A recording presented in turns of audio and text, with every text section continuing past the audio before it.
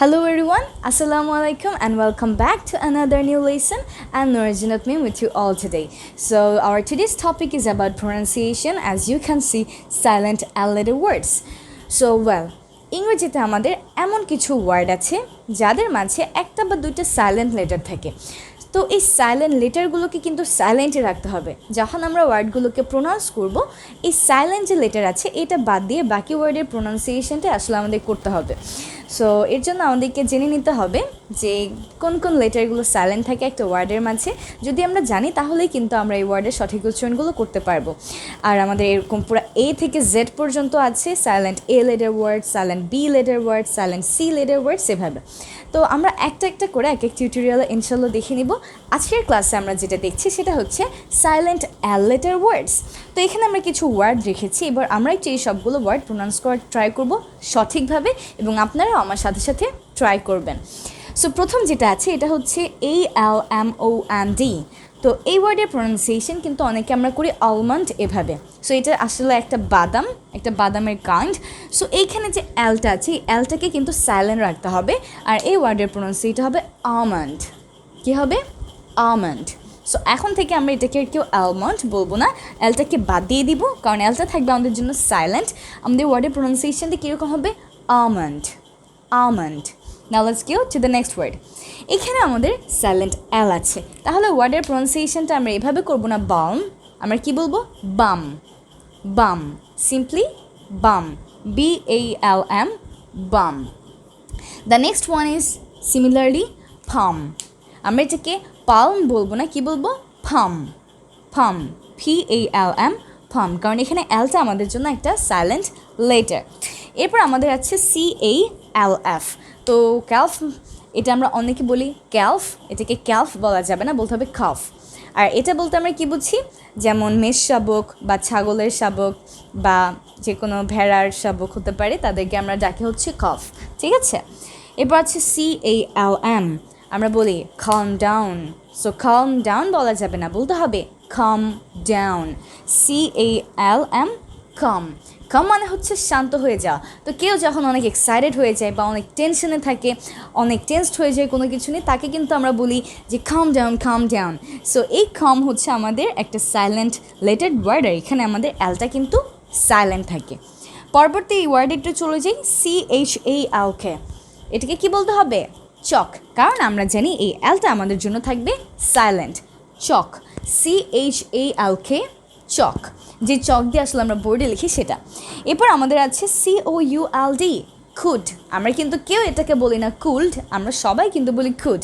কেন বলি? কারণ এই এলটা কিন্তু আমাদের জন্য একটা সাইলেন্ট লেটার।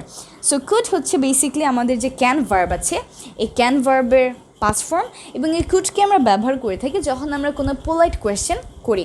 ফর এক্সাম্পল, আমরা যদি কাউকে কোনো পোলাইট কোয়েশ্চেন বা রিকোয়েস্ট করতে চাই, আমরা কিন্তু তাকে হোয়াট ইজ ইউর নেম না বলে বলি could you tell me your name, could you give me your address, could you give me a glass of water, could you tell me the time, that's it।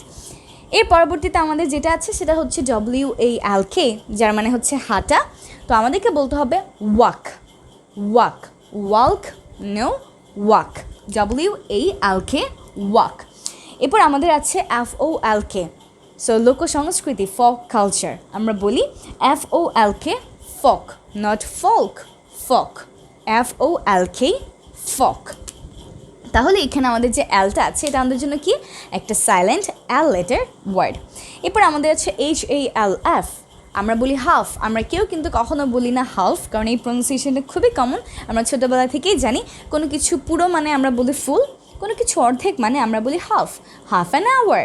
So এইসব জায়গায় আমরা কী করি? Half মানে অর্ধেক বুঝাই। So HALF, half.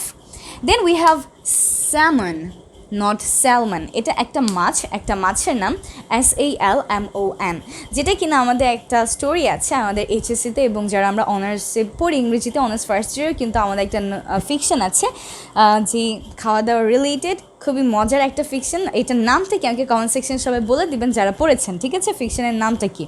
সো সেখানে আমাদের কিন্তু এই স্যামন মাছের কথা আছে। একজন মহিলা যে অনেক বেশি খেতে পছন্দ করেন, সো তাকে নিয়ে আমাদের রাইটার একটা রেস্টুরেন্টে যান, সে তখন খুবই ইয়াং থাকেন, আর তখন এই মজার কাহিনীটা হয়। সো আপনারা যদি জেনে থাকেন এটার কী নাম, ফিকশনে, তাহলে অবশ্যই আমাকে কমেন্ট সেকশনে জানিয়ে দিবেন, আমি দেখতে চাই কারা কারা আমরা জানি। এরপর আমাদের আছে শুড। আমরা এটাকেও কেউ বলি না শুল্ড, আমরা বলি হচ্ছে শুড। তো এই কুডের মতো শুড।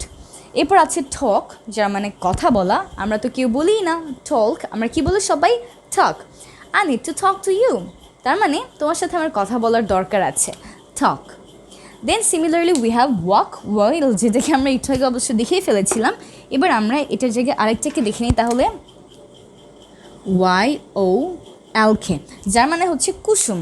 তো আমরা এটাকে বলবো ইয়ক, এগ ইয়ক, ডিমের কুসুম, YOLK ইয়ক। তারপর আমাদের হচ্ছে উড, যেটা কিনা আমাদের এই কুড আর শুডের মতোই। সো আমরা এখানে এলটাকে সাইলেন্ট রাখি, আর এই উড কুডকে আমরা ব্যবহার করি যখন আমরা কোনো পোলাইট কোয়েশ্চেন করতে চাই।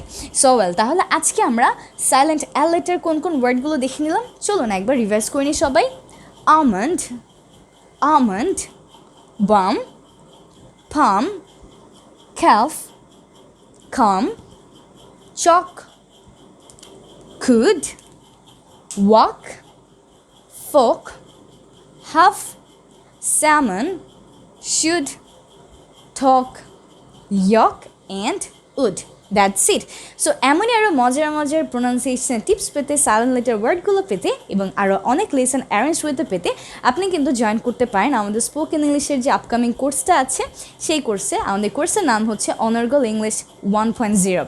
সো কোর্সে জয়েন করার জন্য হেল্পলাইন কিন্তু আমাদের ক্যাপশনে দেওয়া আছে, এবং আপনাদেরকে লিঙ্কটা আমি কমেন্ট সেকশনে দিয়ে দিচ্ছি। আপনারা পুরো কোর্স ডেসক্রিপশনটা কিন্তু কমেন্ট সেকশনে দেখে নিতে পারেন। সো ইনশাল্লাহ দেখা হবে সবার সাথে পরবর্তী একটা লেসনে, পরবর্তী একটা কোর্সের ক্লাসে বা একটা লাইভ ক্লাসে। Till then, take care and Allah Hafiz. I'm Noore Jannat Meem and I hope to see you all real soon. Stay blessed.